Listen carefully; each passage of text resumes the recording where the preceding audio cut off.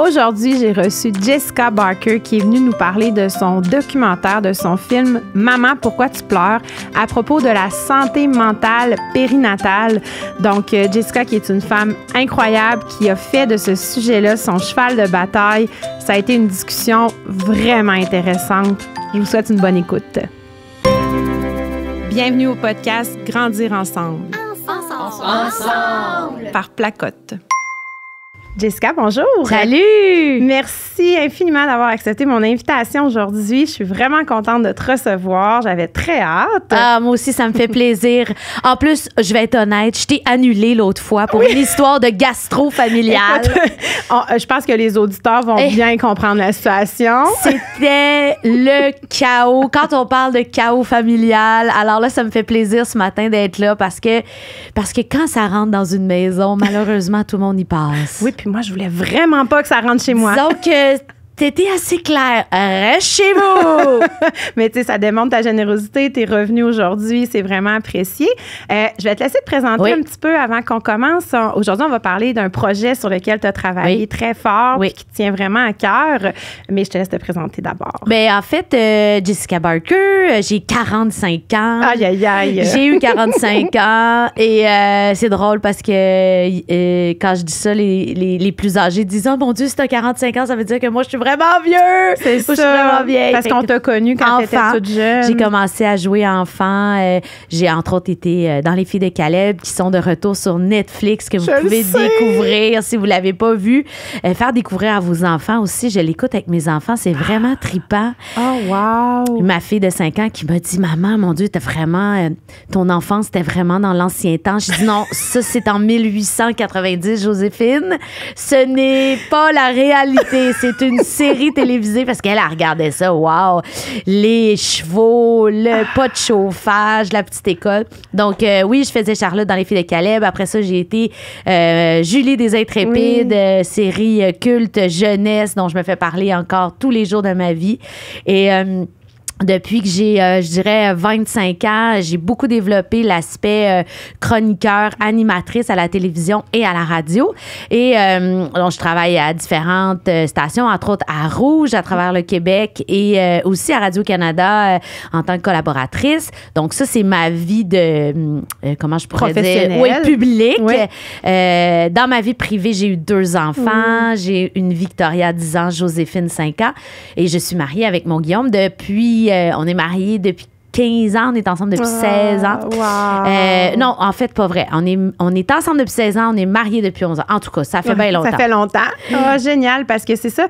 Ta vie privée, c'est vraiment important pour toi, cet aspect-là. Puis, tu sais, moi, je te suis sur les réseaux sociaux depuis plusieurs temps. Et tu parles souvent de tes filles. Tu sais, on te voit à la gym avec tes filles. On te voit faire... ben là, tu as fait une course, un demi-marathon. Tu as montré ton entraînement, tout ça. Tu sais, ta vie personnelle existe publiquement, mais tout dans le respect puis dans la préservation aussi de ton petit cocon familial. Moi, j'adore te suivre sur les réseaux sociaux. Merci. Parce qu'on voit la vraie vie. Tu sais, des fois, les gens qui sont des personnalités plus publiques, il y a moins cet aspect-là aussi. Ils gardent vraiment ça plus privé.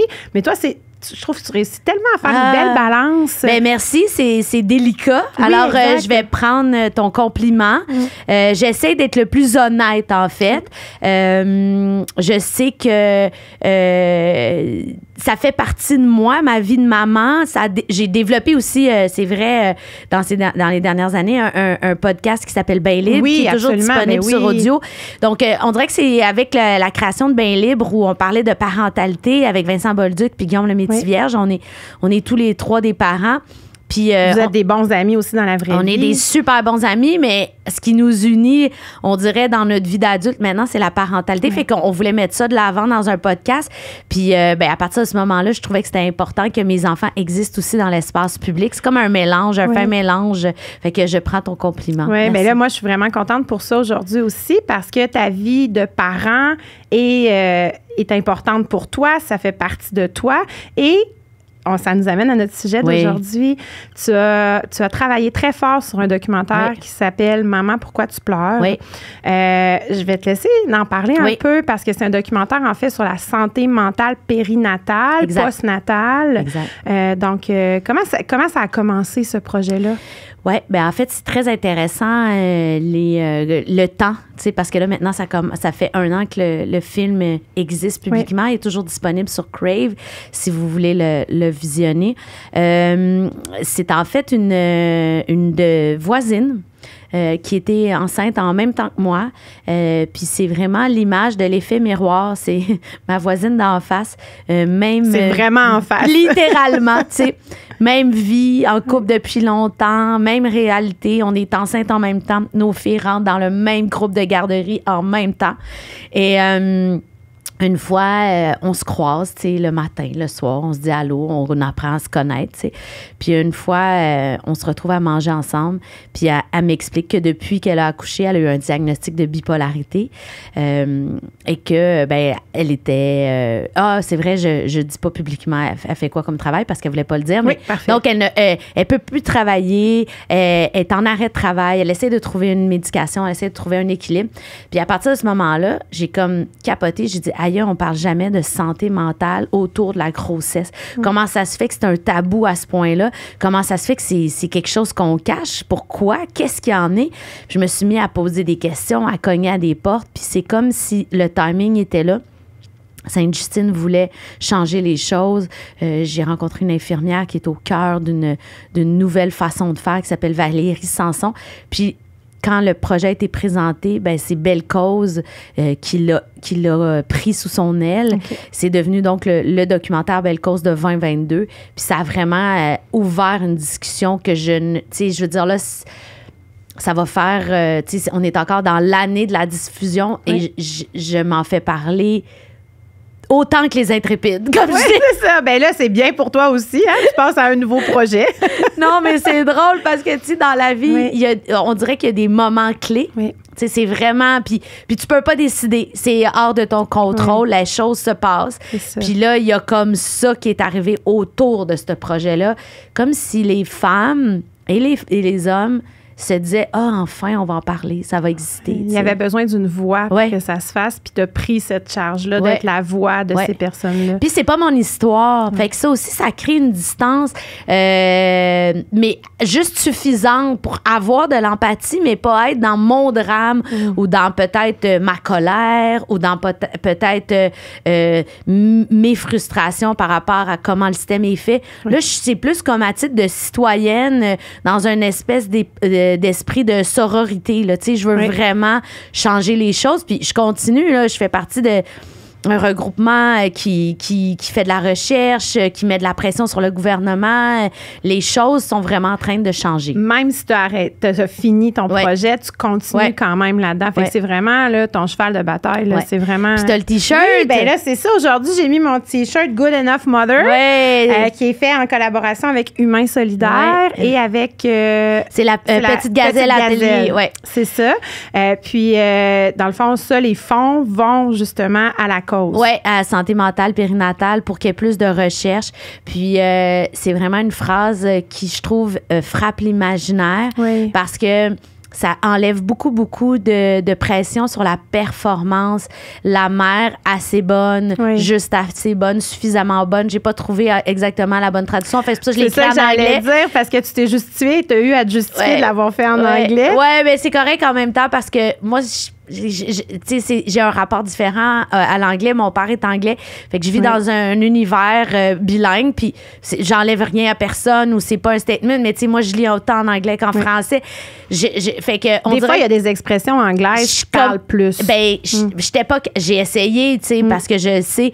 Puis je trouve que c'est parce que ce que j'aime dans le good, c'est qu'il y a quelque chose de positif, de croquant, de... Tu sais, le good enough, je trouve qu'il frappe l'imaginaire. Puis moi, en tout cas, ça m'a accroché et je sens que ça fonctionne parce que j'en vois dans la rue puis ça me fait plaisir. Là. Tu vois que ça explose, fait que c'est vraiment touchant. Oui, puis moi, j'entends good enough teacher, good enough, là, ça commence, là, mais je pense que c'est en grande partie grâce à ce projet-là de T-shirt parce que, tu sais, c'est pas une expression qu'on utilise nécessairement ici au Québec. Non, mais qu'on va, je pense, de plus en plus, puis aussi pour enlever la pression de la performance, puis d'être toujours au top, tu sais. On a des journées où on est plus, puis c'est correct, tu sais, même dans la maternité, même dans la parentalité, il faut se donner ce droit-là, tu sais. Oui. Est-ce que tu penses que ça fait partie, en fait, je connais un peu la réponse, mais ça fait partie du problème de la santé mentale chez les mères, chez les pères parce que là, je dis mère, mais il y a des pères aussi qui souffrent de problèmes de santé mentale. J'ai plein de témoignages comme ça aussi. Exact. Penses-tu que ça fait partie du problème de la pression qu'on se met? Bien, c'est sûr que c'est quelque chose qui... du moins pour en parler. Qui n'existait pas, en fait, dans la génération de nos parents, je sens. Je pense qu'il y a toujours eu certaines personnes qui, oui, avaient des problèmes de santé mentale. Puis ça, il y en aura toujours. Puis le débalancement hormonal crée des fluctuations. Puis c'est le plus grand drame qu'on a par rapport à ça, c'est qu'il n'y a pas de recherche. Là, on gratte pas, là, fait qu'on n'a pas toute l'information qu'on voudrait avoir. Souvent, c'est comme considéré comme normal. Oui. Oui, c'est les hormones. Exactement. Banalisé. Comme l'ensemble de la santé des femmes. Là, on a vu avec Véro, avec l'automéno. Pour moi, c'est tout lié. Là, même chose aussi, les femmes qui ont des problèmes avec leurs règles, les règles abondantes, les ci, les ça, qui sont obligées d'arrêter de travailler à chaque mois. Tout ça, là, c'est banalisé comme si ça faisait partie du lot féminin, puis qu'il y avait quelque chose de normal, mais tu dis, non, ça n'a pas de bon sens. Il faut absolument trouver des solutions, il faut alléger la souffrance. Donc, oui, il y a de ça. On est une génération qu'on peut qualifier d'anxieuse, là, si je peux dire. Là, ça fait partie des mots qu'on utilise. L'anxiété de performance est partout, fait qu'on essaie. Puis je pense que c'est ce qui crée aussi une espèce de clash parce que, humblement, je pense pas qu'on peut être performant dans la maternité. On peut faire ce qu'on peut. On peut être good enough. Oui.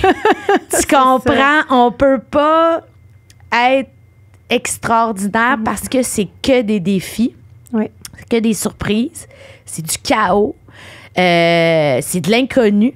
Même si c'est pas ton premier enfant, le deuxième est tellement différent. En tout cas, dans mon cas, ça a été le cas. Puis toi, tu peux témoigner. C'est 4 différents, là. Il n'y a pas rien 4 pareil. univers, 4 îles, 4, tu sais, 4... Puis encore, même quand ils grandissent, c'est encore 4 personnes complètement différentes avec lesquelles il faut apprendre à travailler, à gérer, à aider. Puis le dialogue n'est pas le même. Tu sais, ce qui a fonctionné avec une, dans mon cas, fonctionne pas avec l'autre. Fait que là, tu es toujours en train de faire OK, attends, je vais... On recommence. OK, je pensais avoir compris, mais finalement pas pantoute. Fait que tu sais, il y a beaucoup de ça que j'essaye de mettre de l'avant, puis je pense que c'est une parole qui fait du bien. Tellement. Puis qui allège. Puis tu sais, à partir du moment où on s'enlève la pression d'être des mères parfaites, des mères qui ont réponse à tout, qu'on dit je sais pas quoi faire, tu sais, je suis fatiguée, tu sais, toutes ces phrases qu'on n'assume pas, tu sais, publiquement. Moi, j'ai le goût d'être cette porte-étendard, si je peux dire. Oui, mais t'es comme, tu sais, la parole que tu portes, c'est entre le mère à bout, là, qu'on voit beaucoup, là, et mère parfaite. Exact. T'es comme entre les deux dans la réalité, finalement. En fait, je pense que, tu sais, je veux dire, je pense que c'est des personnages qui ont fait du bien puis qui font du bien encore. La mère à bout qui chiale tout le temps, qui veut juste son gros verre de vin le vendredi soir, puis il y a une émission de télé, là, mère à bout, exactement, qui veut que les enfants aillent se coucher. C'est correct. Ça a sa place, puis cette parole-là est là. La mère parfaite qui fait des muffins, puis que le lunch est extraordinaire, puis que tout le monde est émerveillé, puis qui ne lève jamais la voix. Tu sais, je ne suis pas cette femme-là. Je lève des fois la voix quand mes enfants font des affaires avec lesquelles je suis pas d'accord. Puis après ça, je me sens mal. Puis après ça, je m'excuse à mes enfants. Tu comprends? Il y a comme plein d'étapes là, autour de ça. Fait que, j'ai le goût de prendre cette place-là si si elle peut faire du bien, en tout cas, je pense moi, elle me fait du bien. Bien, c'est proche de notre réalité dans le sens que, oui, être mère à bout, ça nous arrive quelques jours, semaines.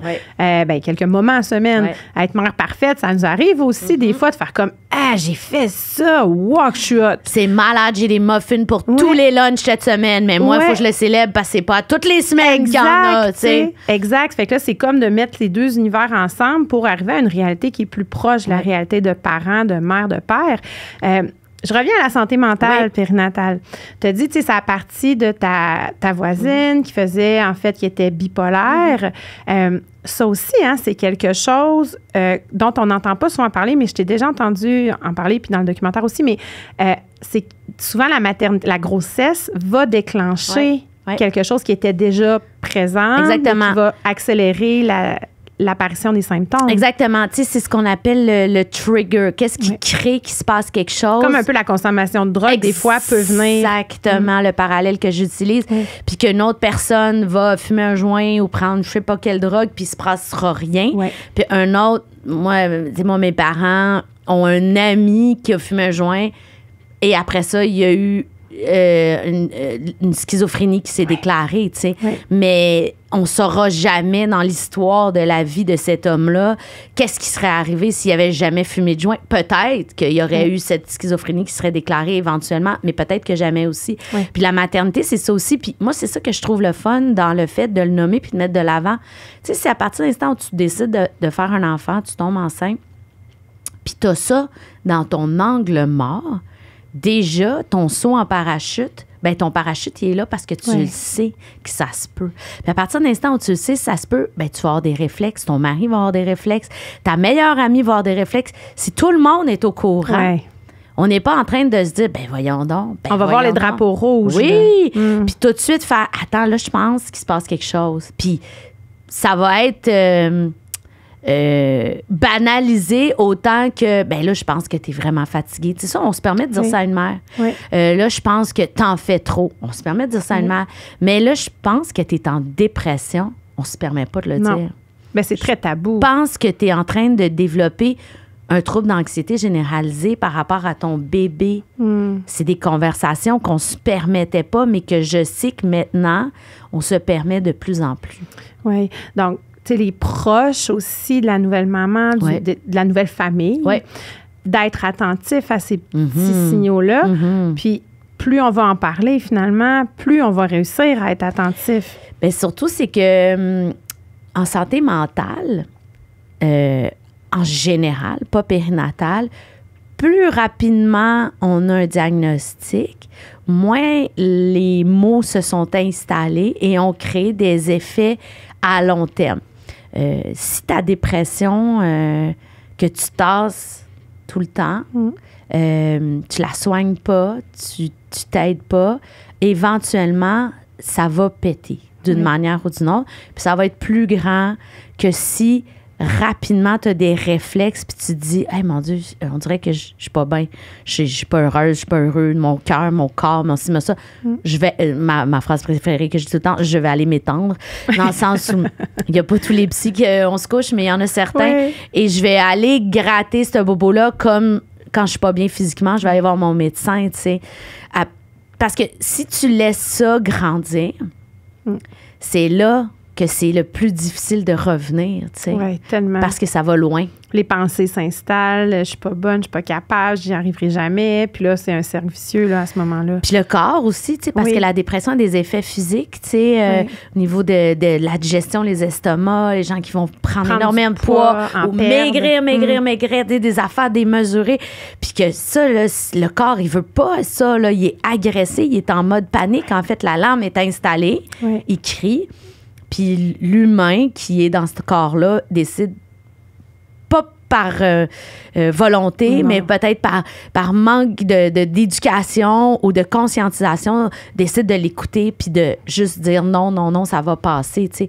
Fait que je pense qu'à partir du moment où, puis tu sais, tu dis ça, puis ça, c'est quelqu'un qui n'a pas à gérer, comme je dis tout le temps, un bébé qui se réveille aux 2 heures. C'est ça. Là, c'est facile. Bébé qui se réveille aux 2 heures. Un corps qui est complètement en train de se transformer, autant pendant la grossesse, après l'accouchement, des souffrances physiques, possiblement. Un changement dans le couple. Changement dans le couple, une dynamique complètement différente. Fait qu'il y a plein d'affaires qu'il faut qu'on s'adapte. Puis en plus, peut-être qu'on a justement cette dépression, cette anxiété ou... Mais, en fait, tous les troubles de santé mentale peuvent être déclarés suite à l'accouchement.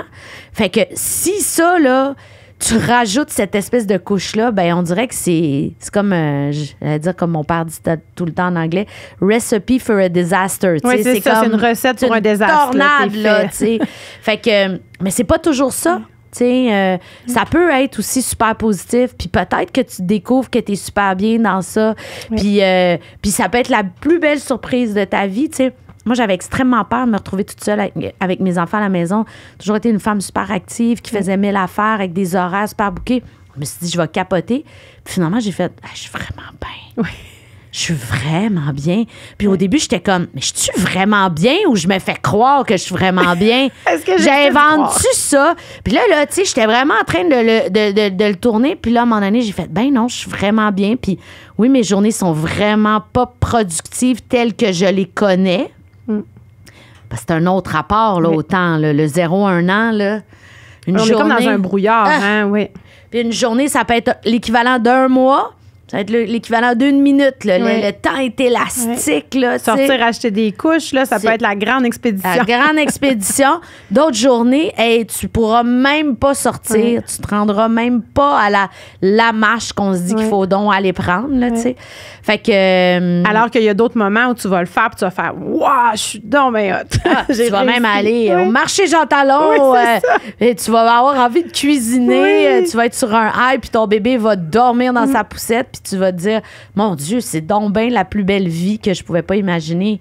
Mais c'est pas tout le temps ça. Non, puis ça, on le sait pas tant que ça nous est pas arrivé. Et même si ça nous est déjà arrivé, la deuxième, troisième, c'est pas la même chose. Fait qu'on n'est pas préparé à ça parce qu'on sait pas comment on va réagir, ça va être quoi notre réalité, comment notre corps va réagir aussi. Là, parce que ça, c'est une autre... j'imagine que chez certaines mamans, c'est une autre détresse aussi. Le corps, il nous appartient plus tant. On allait, on vient d'accoucher, on a des pertes, on a le ventre mou, parce qu'il y a quand même un bébé qui a grandi là 9 mois. Comme ça se pouvait pas. On se reconnaît pas. Fait que c'est déjà un gros challenge d'avoir un enfant. Ajoute à ça les problèmes de santé mentale, puis ça peut vraiment devenir explosif. Là. Je trouve ça tellement important ce que tu as fait et ce que tu continues de faire. J'ai une question pour toi. As-tu rencontré des papas dans tout ton processus qui ont vécu ça, puis qui étaient un peu aussi les papas, on en parle moins. Bien là, quoi qu'on commence à en parler plus, mais qui ont été un peu, pris par surprise par toute l'ampleur que ça pouvait prendre. As-tu en tête un témoignage qui te vient ou quelque chose, un papa qui t'a frappé? Mais c'est sûr qu'il y a moi, en ce moment, on m'écrit, fait que, j'ai pas tant de rencontres vis-à-vis, mais, je réfléchis beaucoup à ça, cet espace-là pour les pères. Mais en toute honnêteté, puis là, je salue les papas qui écoutent, là. Mais en toute honnêteté, quand je vais dans des soirées où on rencontre des familles puis qu'on visionne le documentaire, j'en ai fait quelques-unes. C'est des femmes qui sont là. C'est des femmes qui viennent.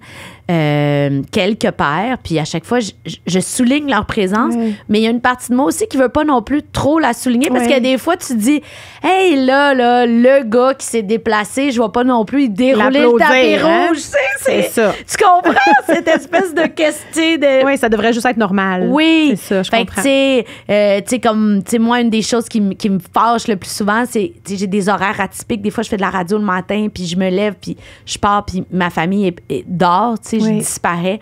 Puis tout le monde me demande à mon chum, mais comment tu vis ça? Puis mon chum, il fait, c'est mes enfants. Je le vis, dans le sens où il est toujours un peu confus. Tu sais, les gens survalorisent le fait que des matins par semaine, je suis pas là pour faire la routine.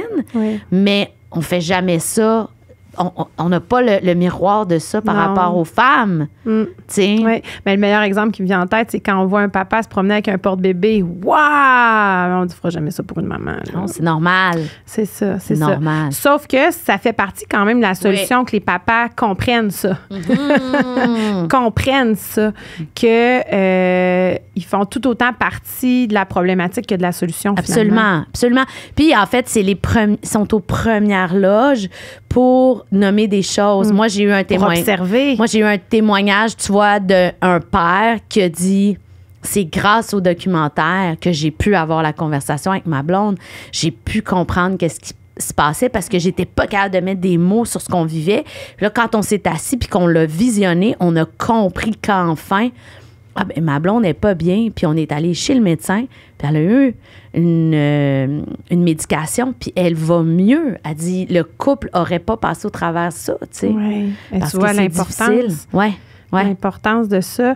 Puis, tu sais, d'ouvrir les yeux aussi à l'entourage. Parce que là, tu sais, nous, le podcast, Grandir ensemble, ça s'adresse beaucoup aux jeunes familles, mais on va aussi là, plus loin à l'adolescence et tout.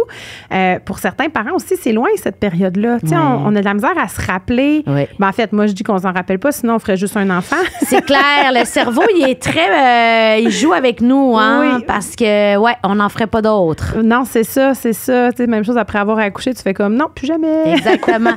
Puis après ça, tu dis, je veux un autre enfant, puis t'oublies tout ça. Oui, c'est ça. Fait que, tu sais, que l'entourage prenne conscience de la problématique. Fait que même si t'es pas une nouvelle maman, que tu seras jamais à nouveau une nouvelle maman, c'est quand même important d'en parler. Ben, ne serait-ce aussi même, tu sais, moi, j'ai 2 filles, tu sais, je me disais, j'avais vraiment l'image que mes filles, quand elles deviendront mères, on aura une société qui a catché que ça faisait partie des choses qui pouvaient arriver, tu sais. Puis dans l'échiquier de tout ce dont on peut parler autour de la mettons, la conception jusqu'à 1 an, tu sais, ce qu'on appelle la période périnatale, à partir de l'instant où on va autant parler de diabète que de santé mentale. Oui. Là, on va avoir gagné. C'est vraiment l'image que j'utilise tout le temps parce que moi, juste que le diabète, il est donc bien partout, tu sais, puis il est donc bien important. Puis oui, c'est important, puis oui, les mamans, faut les checker par rapport à ça parce que ça crée des problèmes. Mais on dirait que des fois, je trouve ça démesuré, tu sais. Puis c'est difficile pour moi de ne pas penser. Tu sais, il est arrivé un drame récemment. Une maman qui s'est enlevée la vie. Il y a un de ses enfants qui est mort, l'autre n'est pas mort. C'était un jeune bébé qui est bébé décédé. d'1 mois. C'est ça. On n'a pas tous les détails, mais on a quand même l'impression que c'était une histoire de dépression postpartum. Et on parle des gens qui sont morts maintenant. Fait que c'est très grave de ne pas soigner et de ne pas mettre de l'argent autour de la santé mentale. Ça a des graves conséquences. Oui, des conséquences réelles. C'est correct, le diabète, là, mais garde, là. Il faut rééquilibrer tout ça, là, tu sais. Mais tu sais, si on pense juste, mettons, à nos suivis de grossesse, là, je sais que, bon, c'est sûr qu'il y a, par exemple, avec une sage-femme, il y a un petit peu plus d'accent qui est mis là-dessus. J'imagine, moi, j'avoue que j'ai pas eu de suivi avec une sage-femme. Moi, j'étais dans le système hospitalier. Puis, en toute sincérité, là, tout ça n'existait pas. Non, c'est ça. C'est des tests physiques. Ça dure 10 minutes le rendez-vous aux 3-4 semaines. Exact. Puis on te renvoie chez vous. On te pose la question comment ça va. Tu commenceras pas à pleurer dans le bureau de ton médecin. Ça va bien. Comme dans une conversation. Puis il faut un contexte aussi là, pour s'ouvrir. Il faut sentir que la porte est ouverte, tu sais, parce que sinon... Tu vas, à part si t'es vraiment comme en détresse grave, que là, ça se voit. Tu pourras pas te gérer. Mais si, mettons, t'es juste dans des questionnements, dans des doutes, tu sais, moi, mon rêve, là, c'est qu'il y ait un suivi avec un psychologue. Peu importe ce qui se passe, si t'en as besoin. Puis si c'est une rencontre où tu vas juste questionner des choses, embrayer une partie, puis après ça, t'en as plus de besoin, ça sera ça. Mais si c'est toutes les semaines pendant toute ta grossesse, puis après ton accouchement, ben ça sera ça aussi. Parce qu'on a des suivis, par exemple, anciennement CLSC, là, mais C3S avec une infirmière pendant la grossesse. On fait les tests de glucose, on fait les tests. Mais effectivement, jamais, jamais, jamais personne aborde le comment tu vas, comment tu te sens, comment ça... Mais la santé physique est vraiment mise au devant de tout ça. La santé du bébé, souvent même au détriment, des fois, parfois, de la santé de la mère, dans les examens, Donc, on est loin d'être rendu à la santé mentale. Exactement. Là. Puis tu sais, s'il y a une première ligne qui pourrait intervenir, c'est justement les suivis. Bien, c'est parce que c'est ta référence, tu sais. C'est eux autres qui ont aussi l'éventail devant eux de situations. Puis, tu sais, je veux dire, je serais curieuse. Je suis allée dans quelques rencontres sur Zoom d'infirmières, travailleurs sociaux, première ligne, pour écouter un peu qu'est-ce que le milieu disait. Puis le milieu a peur de gratter parce que le milieu n'a pas de ressources. Oui, c'est ça qui arrive. Il n'y en a pas de psy, là. Tu comprends? Fait que comme elle disait certaines infirmières, moi, on dirait que je ne veux pas y aller parce qu'à partir de l'instant où je lis cette information-là, je suis en devoir, parce que j'ai ça comme mandat, de trouver des solutions, mais je n'ai pas de solution à offrir à cette femme-là. C'est ça. Je peux pas. La solution, puis tu sais, moi, je l'ai dit dans tous les médias, puis des fois, j'avais de la misère à l'assumer, mais c'était ça qu'on m'a dit dire. La solution à ce moment, c'est le 811. Oui. Info sociale. C'est pas une solution, tu sais. C'est pas une solution. Non, parce que le 811 peut te référer à des ressources, puis les ressources ont des listes d'attente interminables. J'ai rencontré une femme qui a un diagnostic, qui est sous médication et qui attend de voir un psychologue au public depuis 4 ans. Ça n'a pas de bon sens. 4 ans. Ça n'a pas de bon sens. Elle me raconte ça comme témoignage. Puis là, elle dit, moi, sans le communautaire qui patch, qui fait que je suis capable de passer au travers. Les groupes d'entraide, les groupes de soutien de toutes sortes. L'allaitement. Elle dit, moi, je suis dans tout, là. Elle dit, parce que c'est là... C'est ma soupape. C'est là qu'elle a du soutien. C'est là que tu sais, même elle va même jusqu'à demander, tu sais, c'est des choses qu'on ne sait pas, l'accessibilité à avoir un traiteur qui vient de porter de la bouffe. Tu sais, il y a toutes ces choses-là là, qu'il faut mettre de l'avant. Là. Les groupes communautaires sont hyper importants. Il y en a partout à travers le Québec. Mais le médecin ne te le dit pas, l'infirmière ne te le dit pas, on ne te donne pas le numéro de téléphone jour 1. Hey, ça, c'est ta gang. Quand ça va pas bien, tes appels, puis ils vont être là pour toi. Des massages qui peuvent être offerts, des répits. Il y a 1000 choses qui existent. On les connaît pas. Mais on le sait pas. C'est ça. Mais on a les ressources. Par exemple, quand on sort de l'hôpital ou de la maison de naissance, on sait où appeler si on a un problème avec notre allaitement. Parce que ça, c'est physique. Oui. C'est physique. Puis ça, c'est sérieux, l'allaitement. Oui, c'est ça. Ça, c'est un autre... Il y a quelque chose que je comprends pas là-dessus. Il y a un jour, quelqu'un va falloir qu'il m'explique à quel point c'est sérieux. Oui. Ça, puis le fait d'accoucher à frette aussi, en 2022. Ça, c'est 2 affaires qu'il y a vraiment... Je me pose beaucoup de questions à ce sujet-là. Ah oui, mais c'est ça. Ça serait sûrement le sujet d'un prochain documentaire. Le choix éclairé, faire nos propres choix, que chaque choix soit respecté. Mais ça aussi, ça fait partie de la pression qui mène à des troubles, qui déclenchent certains problèmes. Absolument.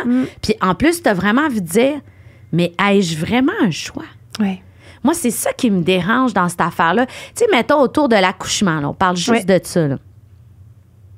J'ai quelques choix, mais il reste quand même que la vie, mon corps, le contexte, l'accouchement, va décider sur beaucoup de choses qui seront hors de mon contrôle.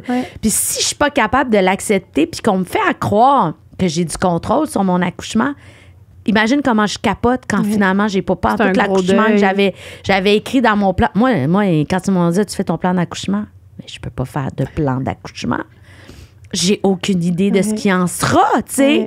Puis j'essaye de le rendre drôle puis de le banaliser parce que si je me fais un scénario, là, ça va être ça. En tout cas, moi, mes 2 accouchements, ça n'a pas été pas tout ce que je pensais. Non. Fait que thank God que j'avais pas de plan d'accouchement, là, tu sais. Ça a été complètement autre chose, tu sais.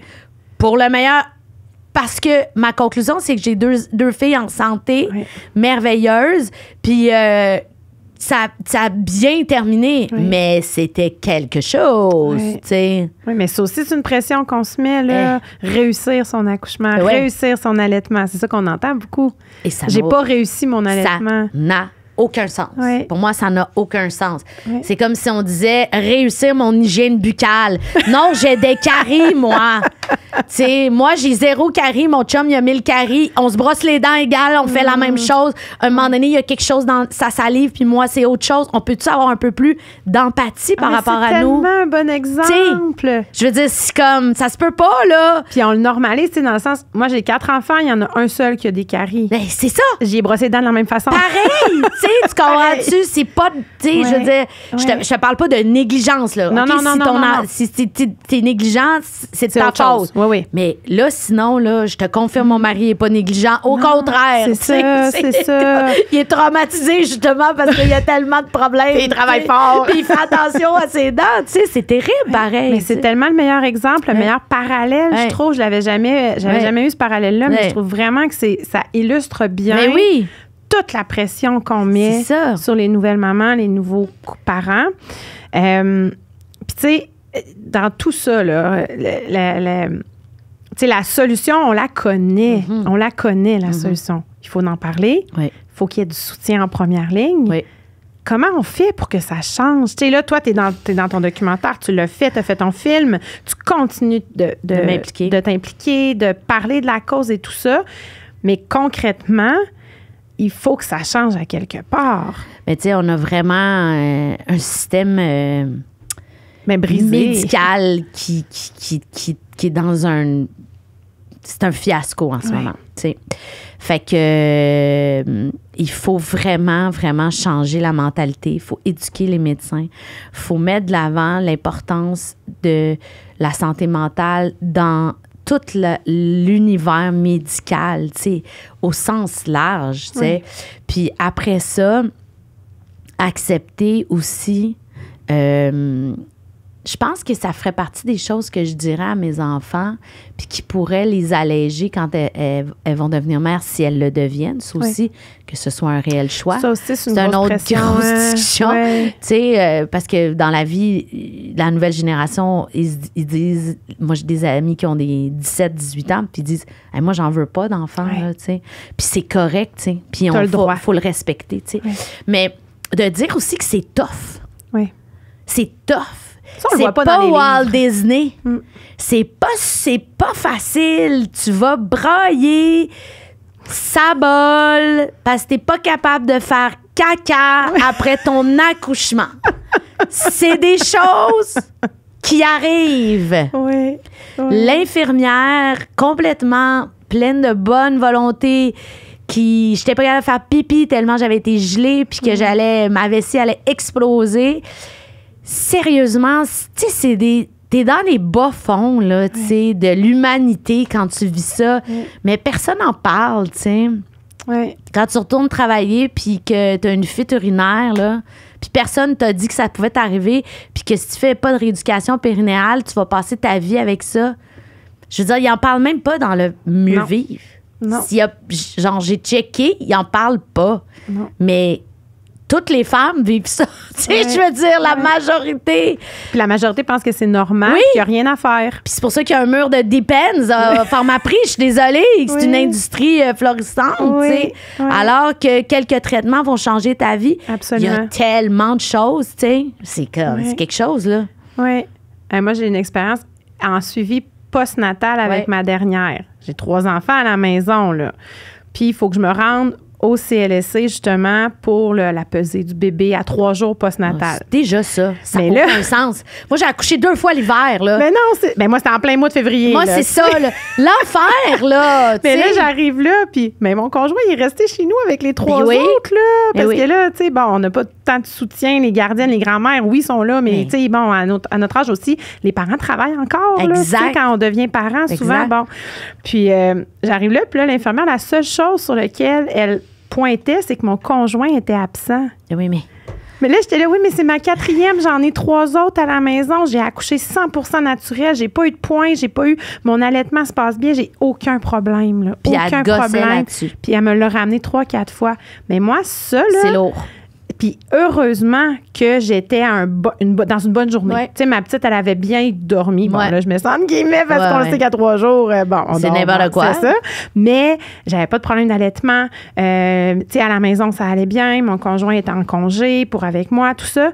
Mais fais ça à une maman qui a pas eu un bel accouchement, qui a des points, qui a mal, que son allaitement est une catastrophe parce que le bébé est pas capable de prendre le sein, Que son conjoint est effectivement absent. Absent aussi. Parce que c'est possible. Ça se peut, tu sais, qui est obligé de retourner travailler, lui, ça se peut. Tout se peut. Tu sais, fait que cette infirmière-là, par cette parole-là, aurait détruit quelqu'un. Absolument. Absolument. Puis moi, ça me revient toujours en tête à chaque fois parce que, tu sais, j'accompagne aussi, je suis accompagnante dans la vie un peu, là, j'en fais un petit peu des accompagnements à la naissance, mais à chaque fois que je rencontre un couple pour la première fois, j'ai toujours ça en tête de me dire, tu sais, tu vas te faire dire des choses. Tu vas te faire dire des choses des fois qui vont te faire mal.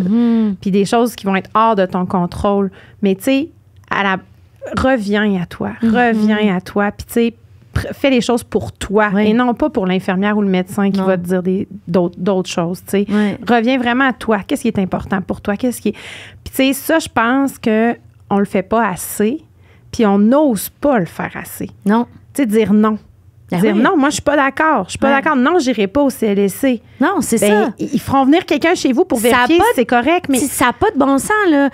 Moi, ma première fille, elle était très petite, puis elle a perdu beaucoup de poids les premiers jours. Puis là, il y avait elle a fait une jaunisse. Là, c'était la panique. Puis là, il fallait que j'aille, je me rappelle, la peser, genre, aux 2 jours. Fait que là, il fallait que j'aille à pharmacie ou au CLSC, les deux, c'était même distance. Mais pharmacie, genre, c'était comme une pesée électronique. CLSC, c'était comme la balance. La balance de 1945 qui devrait être dans un musée. Dans le sens où, quand je suis arrivée, j'ai fait « Qu'est-ce que c'est ça? Ouais. Ça existe encore. C'est donc bien surréaliste, là, tu sais. J'avais vraiment l'impression d'être au Musée des civilisations à Québec, là, puis de visiter comme ce qui se passait dans le temps des filles de Caleb, puis que ça se pouvait plus maintenant, tu sais. Avec les chevaux. Exactement. Fait que j'y allais plus là, j'allais à l'autre place. Mais là, j'arrivais dans la pharmacie. Écoute, je repense à ça se peut pas. Là, c'est l'hiver. Février, j'ai accouché. 7 février, ma fille. Fait qu'il y a de la neige, il fait moins 1000, la poussette. Puis là, je déshabille mon bébé au complet parce qu'il faut l'avoir au gramme près. Dans une pharmacie, la lumière, le fret, mon bébé qui hurle. J'enlève la couche, je la mets sur le papier brun. J'essaie de trouver le chiffre pour que ça marche, mais en faisant ça trop vite... Là, je suis comme, mais pourquoi je vis ça? Sérieusement? Où sommes-nous? C'est ridicule. Puis moi, comme toi, t'allais bien. J'allais bien. J'avais aucune gestion d'allaitement, j'avais aucun stress. Mon chum était là. Tout était bien en place pour que ça aille bien. Et c'était absurde comme situation. Et t'as trouvé ça dur. Et je trouvais ça absurde. Puis je me rappelle, ma mère était venue une fois puis elle m'a dit, mais ça n'a pas de bon sens. Pourquoi qu'il t'oblige? Là, il faut que j'appelle, il faut que je dise le poids, il faut ci, il faut ça. Écoute, c'était tellement lourd. C'était tellement une gestion lourde. Fait que je me dis, imagine quand t'es sur le bord de snapper. De snapper. Parce que c'est ça, tu sais. Ça n'a pas de bon sens de te faire vivre ça. C'est préoccupant. C'est très préoccupant. Mais je trouve qu'on exige des choses aux mamans qu'on n'exigerait pas aux hommes. Il faut le nommer. Puis les hommes auraient le guts de dire, hey, c'est ridicule. Puis nous, je sais pas pourquoi, on embarque là-dedans, on veut plaire, on veut que les choses soient... On est aussi à un moment vraiment fragile de notre vie, vulnérable au maximum. Là. Puis dans ce temps-là, c'est sûr que c'est dur de s'affirmer. Parce qu'on est au plus bas de notre vulnérabilité. Exact. On peut pas être plus bas que ça. Là. Quand tu viens d'accoucher, là, ceux qui l'ont pas encore vécu, tu peux pas être au plus bas que ça dans ta vulnérabilité. Tu es fragile physiquement, mentalement, émotionnellement. Tout est là. Tout est là. Fait que c'est dur dans ce temps-là de s'affirmer. Il faudrait juste là, le plus gros hug là, du monde, là, puis un bouillon de poulet éternel qui est toujours chaud, prêt à te remplir le cœur. Parce que c'est vraiment ça que tu as besoin. Mais là, non, tu es dans les bancs de neige. Moi, en plus, j'avais une césarienne, fait que ça tirait à pousser ma poussette. Puis tu te dis, voyons, pourquoi je vis ça? Qu'est-ce que je fais là? C'est ridicule. Mais Jessica, on va espérer que tout ça fasse bouger les choses. C'est sûr, parce que je suis une chialeuse. Ben continue de chialer, c'est nécessaire vraiment. Puis j'encourage les parents à chialer aussi. Oui, à dire non. Ouais, à dire non, puis à s'affirmer. Puis quand ça fait pas, ça fait pas. Puis à être un peu plus à l'affût aussi des petits drapeaux rouges en postnatal, mais aussi en prénatal. Là, tout ce qui se passe à la région périnatale, la région. Le moment. Ouais. La périnatalité, de vraiment faire attention aux petits drapeaux rouges puis de ne pas hésiter à demander de l'aide, même si on sait que l'aide n'est pas toujours accessible. Oui, bien, des fois, l'aide, il n'est pas dans la première affaire qu'on peut imaginer, mais informez-vous, les soutiens, groupes communautaires, groupes d'entraide, il y en a vraiment, les maisons familles, il y en a partout à travers le Québec. J'en ai visité une à Granby, extraordinaire. Il y a le groupe Les Relevailles aussi. Oui, les haltes pour juste laisser le bébé peut-être 2 heures, juste aller faire une espèce de pause. Puis aussi l'autre affaire, de nommer quand ça va pas. Même si ils vous enlèveront pas votre bébé, parce que je sais que c'est beaucoup ça qu'on me raconte. Tellement. Il vous l'enlèvera pas votre bébé, vous êtes une bonne maman, vous êtes là pour les bonnes raisons, mais vous avez le droit de dire que c'est trop puis que ça déborde. C'est un droit. Oui, c'est important. Merci beaucoup, Jessica. Merci à toi. Merci pour tout ce que tu fais. Merci.